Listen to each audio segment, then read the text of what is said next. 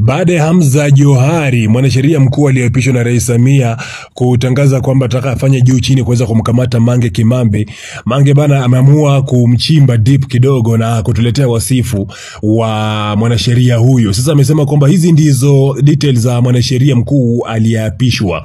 Watanganyika, we are in a big trouble na tusikubali. Kwanza, Hamza Johari ni Mzanzibari na amefundisha chuo cha taifa cha usafirishaji NIT na baadaye akawa mkurugenzi wa mamlaka ya usafiri wa anga Tanzania TCAA. Pili, amesema kwamba hayo mawili ya juu sio muhimu. Jambo kubwa kumuhusu Hamza Johari ni kuwa huyo ndio binadamu aliyepewa na Abdul kazi na ndio aliyesimamia ubinafsishwaji ama kutaka kusema uhuzuaji wa bandari za Tanganyika na hasa bandari kuu ya Dar es Salaam. Yeye ndio alikuwa kiongozi wa timu ya majadiliano ya serikali GNT na wanunuzi, yani DP World and Adani Group, sasa ambao unajulikana kama Tanzania East Africa Gateway Terminal Limited EAGTL. Lakini ya tatu akasema kwamba baada ya kufanikisha dili hilo, tuzo yake ni akateuliwa kuwa mwanasheria mkuu wa serikali ili sasa asaidie kumonita masuala yote ya kisheria yanayoweza kuibuka kuhusu mkataba wa ubinafsishwaji wa bandari ya Dar es Salaam, jambo ambalo kwa hakika lina mazongezonge mengi na ufisadi ndani yake. Nne, huyu ni mjuzi tu wa sheria za aviation. Tukimsikia anazungumzia kesi ya uhaini, ijulikane tu ni kuwa ni uvivu wa kupiga mbizi pale Forodhani. Mwisho wa nukuu.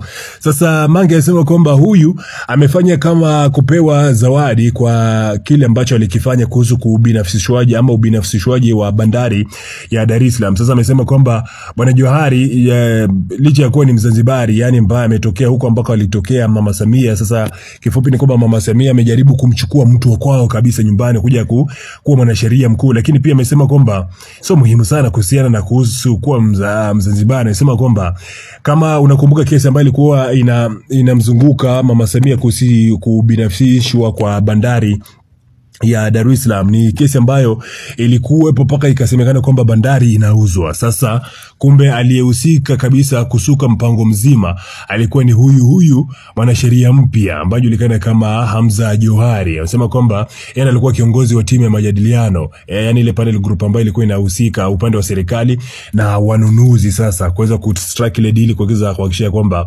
wanauza ama wanafanya privatization, ubinafsishwaji wa bandari. Lakini pia amesema kwamba baada hiyo bana tuzo yake kando kuteuliwa mwanasheria mkuu ili aendelee kufuatilia ama kufanya follow up kuweza kujua swala la mkataba wa binafsishwaji unaendaje. Lakini akasema kwamba ni mjuzi wa sheria za aviation kwamba ni masuala ambayo yanahusiana na masuala ya anga, si ndio? Sasa amesema kwamba kuhusiana na kesi za uhaini ujue kwamba sio mambo yake, yani sio kitu ambacho ana ujuzi nacho sana.